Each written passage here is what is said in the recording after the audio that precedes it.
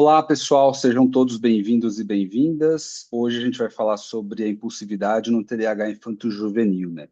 É um construto que, apesar da gente ter o TDAH, às vezes, subtipo mais desatento ou subtipo combinado, mesmo aqueles que não perfazem o subtipo impulsivo ou hiperativo, pode ter um ou outro sintoma, né? E a gente vai ver que a questão da hiperatividade, da impulsividade, é de fato um construto que leva, no final do dia, a desfechos muito desfavoráveis, né, no paciente com TDAH. Apesar da desatenção muitas vezes se manter ao longo do envelhecimento, né, na idade adulta e mais tardiamente, a impulsividade ela tende a diminuir conforme a gente vai amadurecendo ao longo da vida, mas no público infanto-juvenil muitas vezes é um marcador de elevada intensidade sintomática, sofrimento e prejuízos, né? Bom, a gente vai falar tanto uma questão, né, o alvo que a gente vai ter, que é tanto uma falta de freio quanto um excesso de estímulo ou de falta de esperar, e as intervenções, sejam farmacológicas ou outras intervenções, até desconstruindo muitos mitos, né? A gente vai ver, por exemplo, a questão do açúcar, ômega 3, que muito se fala, então, a gente precisa entender que tem três facetas, né? Então, a impulsividade tem a ver tanto do ponto de vista de uma falha de freio, quanto de um excesso de acelerador, ou uma combinação dos dois, e o impacto que isso vai ter na vida do indivíduo, né? A gente vai falar do tratamento medicamentoso, mas não só, e a integração do ponto de vista mais algorítmico, né? Para a gente poder entender de forma mais integrada. Essa é uma frase muito comum que a gente ouve, né? Não espera a própria vez, ele não pensa antes de fazer. Meu filho, ele está sempre indo ou furando fila. Quando é a vez do amiguinho, ele não consegue esperar. E muitas vezes os pais e a própria pessoa, né, quando já tem uma idade que consegue falar, traz como se isso fosse um sinônimo de ansiedade, né? Então, ele é muito ansioso, ele não consegue ficar quieto, ele não consegue ficar numa fila que ele já quer furar. Vai ter excursão da escola semana que vem, ele não consegue dormir porque ele fica pensando, é muito ansioso. E, na verdade, muitas vezes, óbvio, a ansiedade é uma comorbidade comum, mas a gente precisa lembrar que a ansiedade ela vem com duas questões: uma antecipação catastrófica, ou seja, ter uma valência qualitativa, e questões também associadas à somatização, né, como palpitação, taquicardia, etc. E o que a gente chama muitas vezes de ansiedade, dificuldade de parar quieto, é a impulsividade, né? A nossa missão vai ser justamente isso, né? Construir um plano terapêutico embasado cientificamente. A impulsividade ela pode ter uma faceta que é mais motora, mas também pode ter uma faceta verbal social e de escolha, né? E quando a gente para e pensa, né?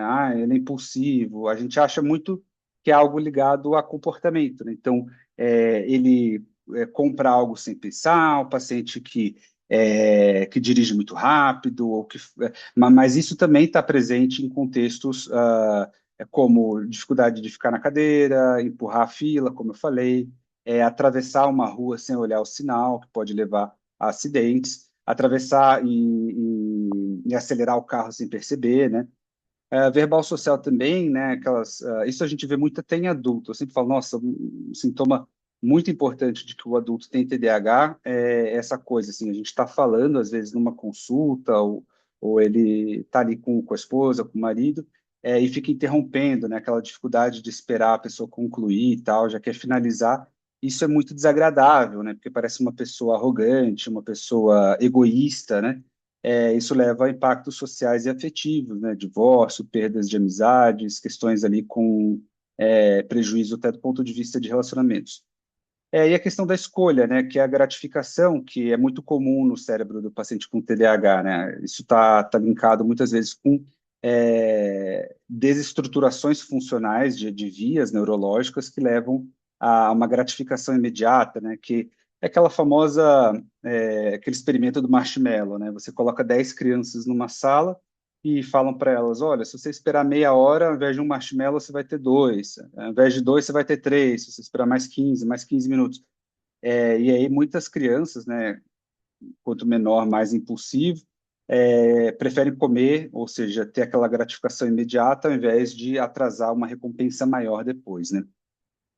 E a gente tem um mecanismo que pode ser um freio ruim, ou seja, pensam no carro, né? O carro está lá 100 por hora, e ele continua na via sem diminuir porque o freio não funciona, ou porque ele tem uma versão à espera, né? Ele quer chegar mais rápido.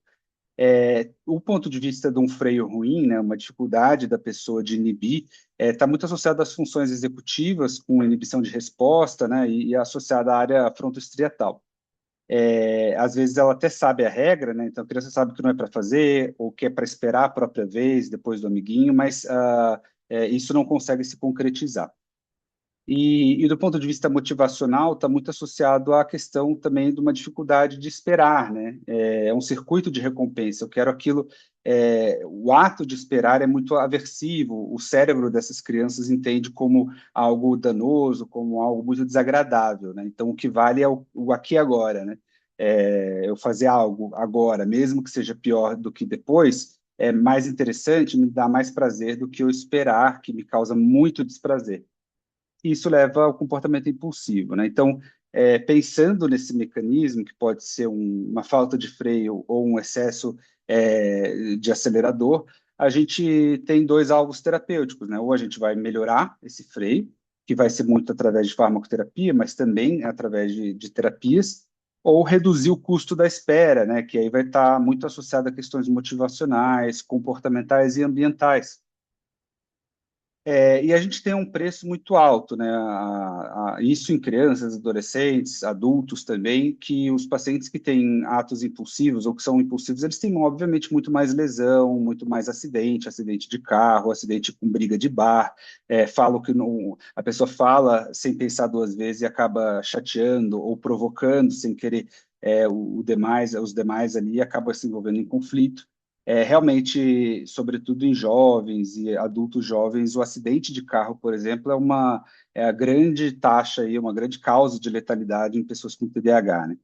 E a própria impulsividade leva àquela coisa do sexo, drogas e rock and roll. Então, a experimentação a substâncias psicoativas, drogas e a dependência, a formação de dependência às drogas se torna muito mais evidente nesse pessoal também.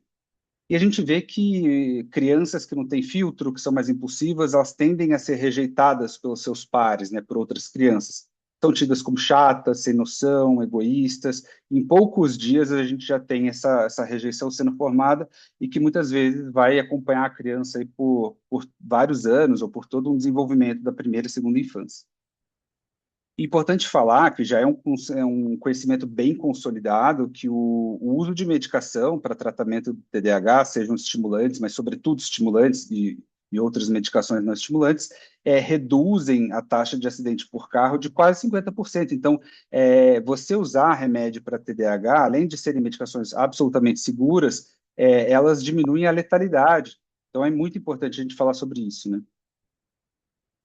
Aqui um caso típico, né, do Enzo, 8 anos, aí a família vem falando que ele é muito agressivo, que quer um remédio para agressividade, né? Aí que ele está no segundo ano, tem um TDAH combinado, diagnóstico há 6 meses, e ele está usando Ritalina de liberação curta, né, 7 horas da manhã. Importante a gente lembrar que a Ritalina imediata tem sua duração de 3 a 4 horas, e ela, em alguns casos, pode levar um rebote, né? Então, quando ela cai, o nível sérico leva a piora dos sintomas, como irritabilidade, desatenção, sonolência, aumento do apetite. E a escola, no final da tarde, realmente, né, interrompe, levanta, ou seja, ele volta a ficar com TDAH. E isso é uma queixa muito frequente, né, que os médicos precisam investigar, mas a escola também é nosso aliado, a família também, ou seja, quanto mais olhos e ouvidos a gente colocar nessa intervenção, mais seguro. Ou seja, a medicação está sendo tomada às 7 horas, se ela dura suas 3, 4 horas, entre 10 horas e meio-dia, certamente essa medicação já parou de fazer efeito. Então, final da tarde, ele vai piorar, porque ele não está coberto do ponto de vista farmacológico, né? E aí, quando ele volta para casa, às 18 horas, ele está cansado, fica irritado, está muito explosivo, está opositor, né? Então, não quer fazer tarefa, não quer escovar o dente, não quer tomar banho. E aí a família fala, ele está muito agressivo, tem que tomar um negócio. E aqui que vem a tristeza, né? Porque a gente vê muitos médicos nesse sentido prescrevendo risperidona, prescrevendo antipsicótico, né? A gente sabe que eles podem ser utilizados e a risperidona é um deles, mas a gente nunca vai utilizar, sobretudo com diagnóstico de TDAH, como primeira, segunda, terceira opção. Vai ser um caso isolado, quando é muito opositor ou muito agressivo, não melhora com o que a gente tem de arsenal clássico, né? Aí, dito isso, né? Se eu posso dar ômega 3 porque a minha amiga, a mãe da fulaninha tomou e disse que melhorou, dieta sem glúten, sem corante, vou tirar o açúcar, vou fazer neurofeedback, estímulo do nervo vago, enfim, todas essas panaceias, né? E aí a gente vai ver mais à frente qual a resposta, né? Bom, a gente precisa medir, né? Então a gente tem escalas muito interessantes. A SNAP 4 ela pode ser preenchida pelos pais e professores para a gente poder ter o que a gente chama de múltiplos informantes, né? Ou seja, colocar mais olhos e ouvidos para ter uma noção e construir um racional clínico mais robusto do que ter uma avaliação de uma pessoa só. E a gente vê que ele pontua bastante, né? Ele tem ali 21 de 27, né? E quando a gente vê a questão da agressividade, né, a gente sempre precisa, como eu falei, construir um calendário e construir um diário do horário que ele toma a medicação, do horário que começa a fazer efeito, para de fazer efeito, qual que é a duração esperada daquela medicação. Para a Ritalina de liberação curta, muitas pessoas não sabem, acham que é tomar um comprimido pela manhã que dura o período todo, e não é. Há alguma coisa que está acontecendo, né? Então, a escola dá a atividade mais tediosa, mais cansativa no final, aquele período em que a medicação já saiu há muito tempo e ainda o paciente com TDAH vai ter mais dificuldade, né? Então, é importante a gente ter uma linha de base, um baseline do funcionamento dele antes da medicação do tratamento, titulando, né, com peso, de acordo com a idade, de acordo com o horário, né, se para de fazer efeito em 3, 4 horas e ele precisa até as 18, 19, 20, não vai ser só um comprimido pela manhã que vai resolver. Talvez mudar para uma liberação prolongada ou mais comprimidos ao longo do dia por uma questão financeira, porque a Ritalina é mais barato. E aí a gente vai acompanhando, fazendo follow-up, né, com a SNAP 4, por exemplo, né. E aí, pensando em remédio, né, a gente sabe que o tratamento do TH, do ponto de vista medicamentoso, ele é muito robusto, é muito seguro, ele é muito positivo e tem um tamanho de efeito gigantesco. Dito isso, está aqui, né, a gente vê que os estimulantes, eles são o carro-chefe, que aqui a gente representa em azul, entre os quais a lisdexanfetamina, que é o Venvance, tem um tamanho de efeito um pouco superior, né? Então, quando a gente pensa ali em crianças, adolescentes, de fato, a lisdexanfetamina é uma substância que tende a ter uma resposta superior. Claro que ela também tende a ter efeitos colaterais e a gente vai sempre ponderar custo-benefício e analisar caso a caso, mas no agregado populacional médio, com pacientes com TDAH, a lisdexanfetamina é superior. O metilfenidato, né, que também é um estimulante, mas não anfetamínico, como a Ritalina, com certa Ritalina LA, também tem um tamanho de efeito muito robusto, chega a ser, em alguns estudos, até grande, né, como é o caso do Venvance, e outras opções, né? A gente se esquece de que a gente tem outras opções. No Brasil, infelizmente, a gente só tem a tamoxetina, que é o Atenta, mas a gente também tem a clonidina, a guanfacina e a viloxazina, que são alfa-agonistas, e podem ser utilizados para agressividade e impulsividade com resposta clínica muito interessante. A clonidina, sobretudo, né, um tamanho de efeito que beira ali a própria Ritalina, né, muito parecido. E a gente vai falar caso a caso. Por que que o metilfenidato, né, então, acaba sendo uma primeira linha de escolha e o Venvance ou a lisdexanfetamina é depois, né? Na prática, a gente vê muito com estigma, né? Então, o Venvance ele é mais potente, ele é uma medicação mais forte, né? A família tem muito esse viés, então a gente acaba deixando como uma segunda opção. Mas a gente vê que, de fato, a gente tem um perfil de efeito colateral favorável e o metilfenidato é uma substância que é estudada já há muitas décadas, então a gente sabe que, de fato, ele é muito eficaz, ao mesmo tempo tem menos efeitos colaterais também e é muito seguro. E a gente vê, né, como é o caso do nosso amigo Enzo, né, ele tomava só uma Ritalina de liberação curta, então era basicamente isso, então tomava às 7, às 11 horas já saiu totalmente do organismo dele, ou seja, das 11 até as 18, né, ele está sem medicação, ele está in natura, né, o TDAH às vezes pode até piorar porque ele está com rebote da Ritalina. Então, esse paciente em que a gente precisa que ele funcione, seja afetivamente, seja dentro de casa, seja organização do quarto, não é só na escola que se tem TDAH, a gente precisa cobrir os outros horários, né? A Ritalina LA, ela tem uma liberação dupla, né? Então é liberado o primeiro comprimido, depois é liberado o segundo, e perfaz ao redor de 8 horas.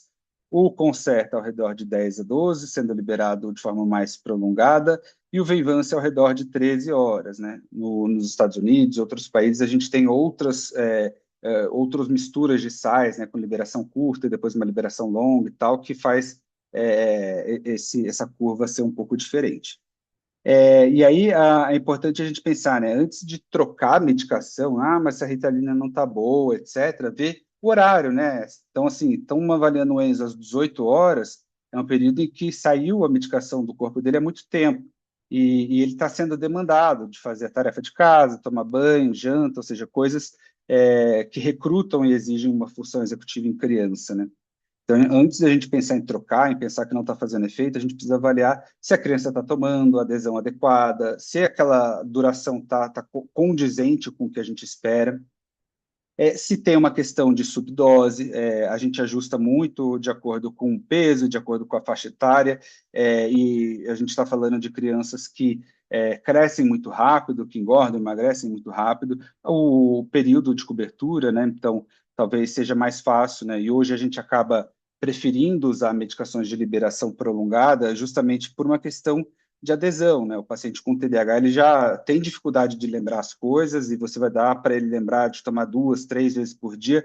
Fica aquela coisa, um dia ele toma um, no outro dia ele esquece, no outro dia ele toma três, no outro dia ele esquece e fica muito irregular o tratamento. E aí, quando a gente pensa do ponto de vista de tratamento com não estimulantes, né, a gente tem algumas opções que são muito boas. No Brasil, a gente tem o Atenta, que tem um tamanho de efeito moderado. A gente vai usar, sobretudo, para comorbidades como tique, como Tourette, questões ansiosas, padrões ali de toque. A gente sabe que os estimulantes podem piorar quadros ansiosos, de tiques, de toque, e aí pode ser que a gente se valha dessas medicações. A guanfacina, né, o nome comercial norte-americano é Wintuniv, tem um tamanho de efeito também interessante e acaba sendo usado muito para pacientes com depressão e com características mais opositoras, né? A gente sabe que o TOD, o DMDD, né, o transtorno disruptivo da infância e adolescência, acaba vindo muito com irritabilidade, com oposição, e aí o Intuniv, a guanfacina é uma boa opção. E a clonidina, que é a tensina, né, existe no Brasil, só que é importante falar que a clonidina, que tem evidência científica para o TDAH, é a clonidina de liberação prolongada. E a que a gente tem no Brasil é a liberação curta. Então, não tem estudos. O que a gente faz é acochambrar e tomar, ao invés de uma à noite, tomar em doses fracionadas de 2 a 3 doses ao longo do dia. Ela causa sedação, diminuição da pressão, né, porque é um antipertensivo originalmente. Então, é importante a gente checar, né, como está a questão de sonolência, a pressão. E a viloxazina, que é o Qelbree norte-americano, também, né, é aprovada para o TDAH infanto-juvenil, mas também do adulto. Tem um perfil muito parecido com a tamoxetina, né, é construída de forma muito semelhante do ponto de vista molecular, mas ela tem um perfil de ação rápido, né? Então, enquanto que o Atenta, a tamoxetina leva ali suas 4, 8 semanas, precisa calibrar e tudo mais, a viloxazina, né, o Qelbree acaba sendo mais rápido. Em uma semana, às vezes, a gente já vê um efeito interessante. É importante falar que ele inibe o citocromo CYP1A2, o que leva a uma interação medicamentosa com outros serotoninérgicos, né? Então, sempre atentar para o risco de síndrome serotoninérgica.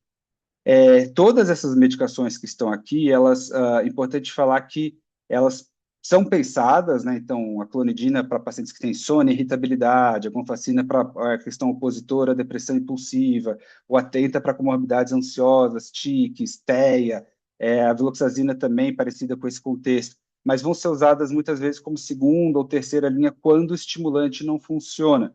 E hoje em dia, o carro-chefe, né, a gente tem emprestado muito isso de outras áreas da medicina, como a cardiologia, a neuro, a dor crônica, né, os médicos que tratam com dor. Às vezes é melhor a gente usar duas classes, então, o psicoestimulante e o não estimulante, para poder adressar construtos diferentes, né? Então, eu uso um Venvance, uma Ritalina, porque o paciente é muito desatento, mas a impulsividade não melhorou, a irritabilidade. Então, além disso, eu vou usar uma clonidina, uma gonfacina. Ah, ele usa o estimulante, fica super bem, mas fica com insônia. A clonidina pode ajudar. Então, como eu falei, né, hoje em dia a gente tende a emprestar de outras áreas da medicina que a somatória, né, ao invés de a gente pensar em troca um, troca, a ação sinérgica, tanto do estimulante quanto mecanismos alfa-agonistas, podem ser utilizados com uma resposta mais completa, mais robusta do ponto de vista de ataque aos sintomas, né? E aí, quando a gente pensa, né, quando a criança começa a ficar agressiva, né, não é só mais impulsiva, ela é agressiva também, seja consigo mesmo quanto com os outros, né? A gente pensa sempre no estimulante, então todos os construtos ali do TDAH vai ser o estimulante como primeira opção, o treino parental, então manejo de contingência, como lidar com explosões de raiva, como ajudar a criança a evitá-las, como ajudar a manejar depois que já aconteceu, e aí, caso haja uma refratariedade muito intensa, a gente pode usar em alguns casos antipsicótico oral, né, sendo que na infância os mais estudados são risperidona, aripiprazol, né? Novamente, por tempo limitado. A gente não quer uma criança que fique com um antipsicótico por muito tempo se ela não for psicótica, né? E aí a gente mesmo assim precisa sempre lembrar que aumenta peso, glicemia, colesterol. Evitar benzodiazepínico, como Rivotril, Frontal, então esse tipo de medicação, né, que é da classe dos benzodiazepínicos, eles acabam tendo um efeito paradoxal nos extremos de vida, né? Então, tanto em idoso quanto em criança, né, o cérebro em maturação ou o cérebro em envelhecimento, eles podem ficar, na verdade, mais agitados e não menos agitados. É importante evitar. O que a gente monitora quando faz uso da medicação, né? De forma geral, todos esses medicamentos, sejam estimulantes ou não, podem afetar a pressão, o crescimento muito mais associado aos estimulantes, o apetite, qualquer medicação pode diminuir o apetite, o sono, todos podem alterar o sono, sendo que os estimulantes eles tendem a dar insônia e os não estimulantes tendem a causar sono. O humor, né, sobretudo o rebote, né, quando a gente usa medicações com pico ali que é curto, como 3, 4 horas numa Ritalina de liberação curta, pode ter um rebote de irritabilidade. O Atenta, né, que muito se usa e se fala hoje em dia por ser uma substância recente no nosso país, pode levar a náusea, enjoo no começo, fadiga, sonolência.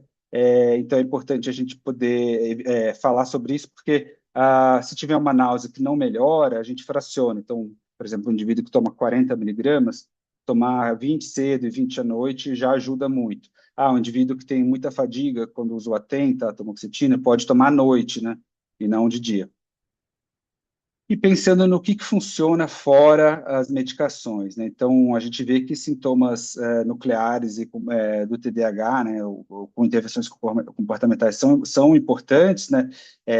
A gente sempre fala de TCC, de avaliações, hoje em dia tem crescido muito o arsenal científico sobre o uso de DBT, terapia dialética comportamental, mindfulness, e é importante a gente falar que o TDAH é uma das áreas em que a medicação ela tende a ser até um pouco superior às intervenções terapêuticas, né?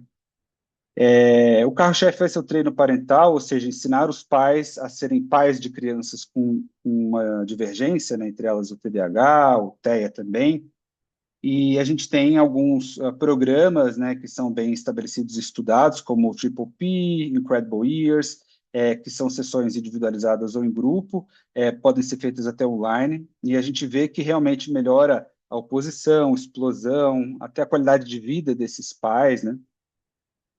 Questões como cartão diário, né? Então, isso muito para manejo de sala de aula, com metas cada vez mais, assim, a gente inicia com metas mais factíveis e divididas, né? Isso para poder estimular o senso de completude, o senso de autoeficácia dessas crianças, né? Conseguiu levantar no máximo 2 vezes, pô, parabéns, ou seja, um reforço positivo com metas não tão difíceis de serem feitas e a gente vai escalonando essas metas até atingir um grau de complexidade maior. Isso usando muito reforço positivo como elogio, instruções passo a passo, previsibilidade, os feedbacks no mesmo dia, ou seja, deixar tudo muito previsível, muito transparente para essas crianças, né?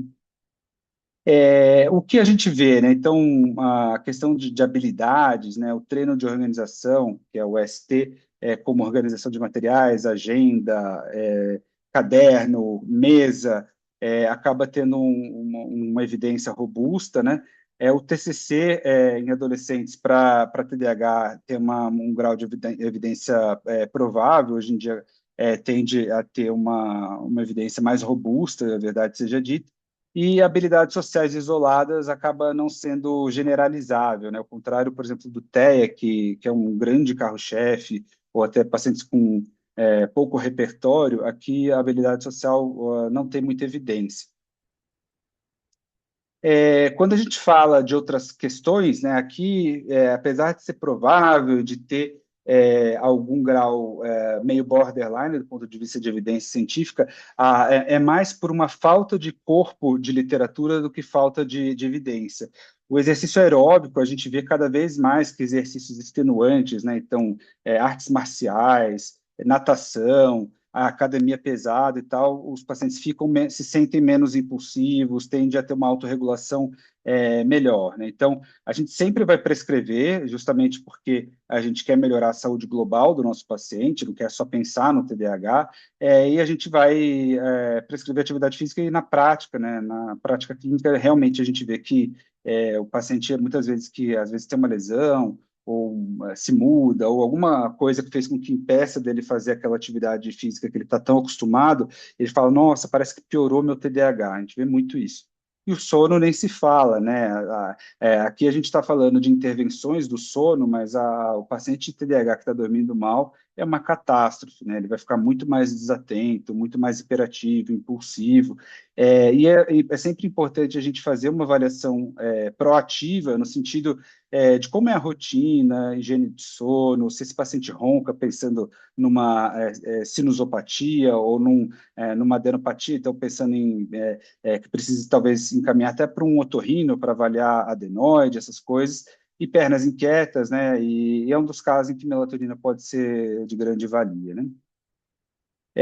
E o que a evidência não sustenta também, novamente, não é que sejam intervenções ruins ou que sejam coisas que a gente tem que advogar contra, não é isso. O que acontece é que não tem eficácia, né? Isso não significa que daqui a alguns anos não venha a ter.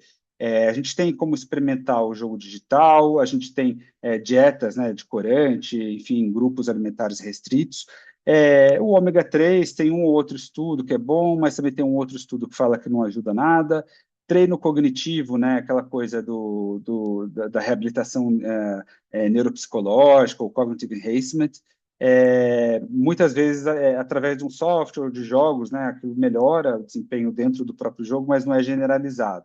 E neurofeedback, né, que também veio muito na moda ali no começo dos anos 2018, 2020, e hoje não tem muita diferença versus placebo, né, talvez no futuro, né, outras intervenções como estimulação craniana direta, TDCS, e açúcar é um mito, né? Quem é das antigas aí, né? Quando eu era criança tinha muito disso. Usar açúcar deixa a criança mais hiperativa, então quem tem TDAH não pode ingerir açúcar. É claro que a gente quer que todas as crianças tenham uma ingestão menor de açúcar, né? De alimentos refinados, carboidratos ruins, mas pensando do ponto de vista de sintoma de TDAH, não passa de mim. O nosso algoritmo, né? Então, quando a criança é menor de 6 anos, o treino parental sempre vai ser a primeira escolha. Até a presente data, a gente só está falando de tratamento farmacológico em crianças a partir dos 6 anos, ou em crianças que têm menos, mas que há uma evidente sintomatologia catastrófica, ou seja, é tão grave que talvez valha a pena, discutindo com a família e tal, uma intervenção farmacológica. Mas, via de regra, a gente só usa medicação em TDAH a partir de 6 anos. Antes disso, é terapia para os pais aprenderem a lidar, né? E, além disso, quando a gente pensa do ponto de vista ali de medicação, a gente vai sempre começar com psicoestimulantes porque são mais eficazes, como eu mostrei, tem um tamanho de efeito maior. E aí a gente hoje em dia tende a preferir os de liberação prolongada, porque facilita a adesão, mas é claro, a gente tem uma questão de custo e tudo mais. Além disso, é importante falar o cartão diário na escola, ou seja, é algo que tem evidência científica e pouca gente faz, implementa. E depois de 4 a 6 semanas, a gente reavalia usando métodos psicométricos, né, seja escalas SNAP-4 ou escalas ali de impulsividade e hiperatividade. Sempre precisamos avaliar frequência cardíaca, pressão, curva de crescimento. A gente sabe que os estimulantes podem achatar a curva de crescimento, o sono, porque a insônia é um fator colateral, peso. E aí, bom, está aderido, está tomando certinho e não melhorou, a gente pode trocar para outro estimulante ou trocar para uma outra substância, como o Atenta, pensando no Brasil, um alfa-agonista, pensando em até medicamentos que a gente importa. E aí, caso tenha uma agressividade muito intensa, com a falha terapêutica de 2, 3 medicamentos, a gente pode pensar no uso da risperidona por um breve período, né, para reduzir essa agressividade, a terapia fazer efeito, o estimulante fazer efeito, e aí depois tirar. A gente nunca, sempre fala, né, menos que a criança tenha psicose de fato, o uso crônico de antipsicótico geralmente tende a ser iatrogênico. E aí, quando a gente pensa no caso do Enzo, né, que tomava Ritalina de liberação curta pela manhã e os pais reclamavam que ele estava muito irritado 18 horas, né, a medicação já tinha saído às 11 horas, meio-dia, né. A gente pode trocar para uma liberação prolongada, como o Concerta, por exemplo, e aí a gente faz o cartão diário com 3 metas, né. Eu sempre falo que paciente com TDAH, 3 é um bom número, né? Escolhe 3 coisas que você consegue fazer bem feito, geralmente eles dão conta.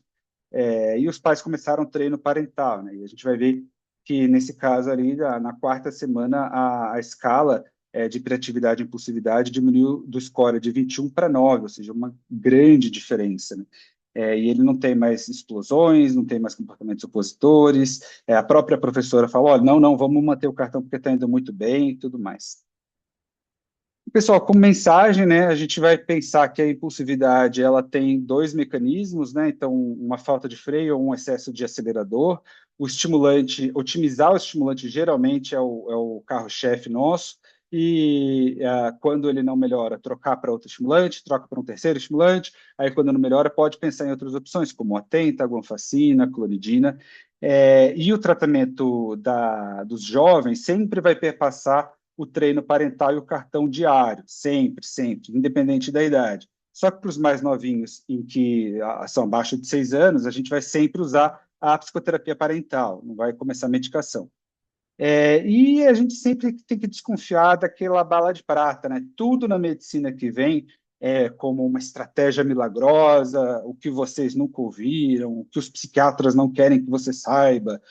Isso daí tende ao charlatanismo, né? Então, claro que tem algumas estruturas aqui, algumas intervenções que mais carecem de dados do que necessariamente serem ruins, mas a gente sempre precisa desconfiar daquela intervenção que é bala de prata, né? Aquela panaceia.